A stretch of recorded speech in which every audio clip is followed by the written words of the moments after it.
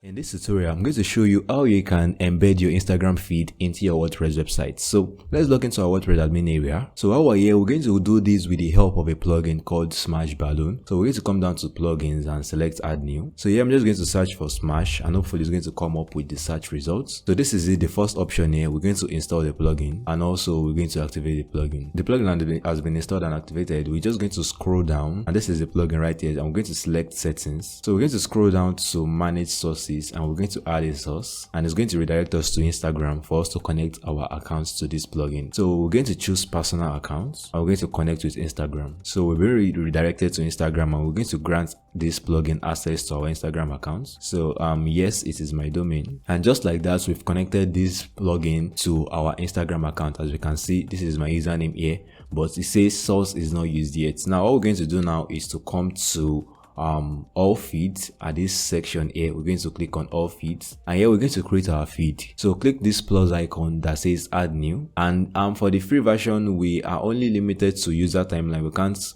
use public hashtags and any other advanced features that is here. So we're going to stick with this user timeline. I'm going to click on next. Now we're going to select our source. I'm going to click on next. All right, so here is where we can customize this feed. As you can see, we have this onboarding stuff here that says embedding a feed. After you're done customizing the feed, click here to add a page or widgets. So we're going to click on next.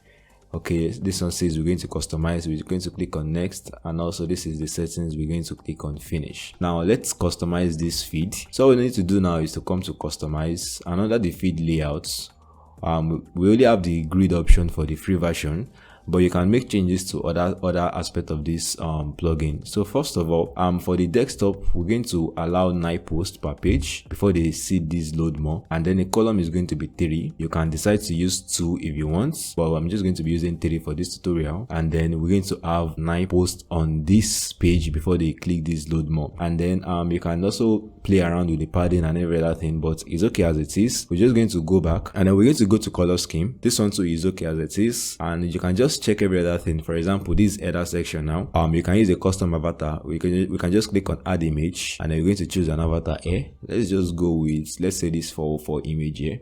I'm going to insert it. So this is it right here, and we can just play around with the text color too. Let's use 121212, and this is going to be black. All right, this text is supposed to be black, and let's see. Okay, first of all, let's add the text. Let's just say web designer, and then let's change this color. Let's see. Okay, now let's type in the color code again. All right, so the color has changed, and that's pretty much everything you can change under this section. Let's go back to customize, and the load more button also, you can change your color, you can change the text, and that's just everything about the customization of this plugin. So let's go to settings, and under sources, we're not editing the sources, filters and moderation, everything is okay as it is.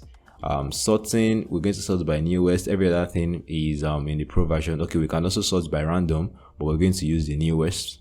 And shoppable feeds is also limited to the pro version. So that's pretty much everything. And under the advanced section, we don't really need to touch anything here. So that's everything about this. We're just going to click on save, and to use this embed on your website, you can click on this embed, and then you can either use it through shortcode or you can add the WordPress block or widgets. So you can use the shortcode option, or you can also use the widgets when you are designing with Elementor or with the default WordPress editor. So let's just copy the shortcode in case, and let's close this. So let's save this one more time to be sure, and let's go to pages and select add new. So we're going to be giving this page a title of, let's say, Instagram, and then we're going to click this plus icon. All right, we can even see it here. It says Instagram feed, so we're going to use this one instead, and the feed is going to appear here. All right, so one thing we need to do, I'm using Notion WP, so I can just come to contents layout and select full width, and let's just publish this page. And let's click on publish. All right, so let's view our page in a new tab. Open link in a new tab, and then we're going to see our feed on this page. So this is how it's going to look like, and people can just come and then they can select load more to see more of your posts, and also they can view the video, but it's going to redirect them to Instagram.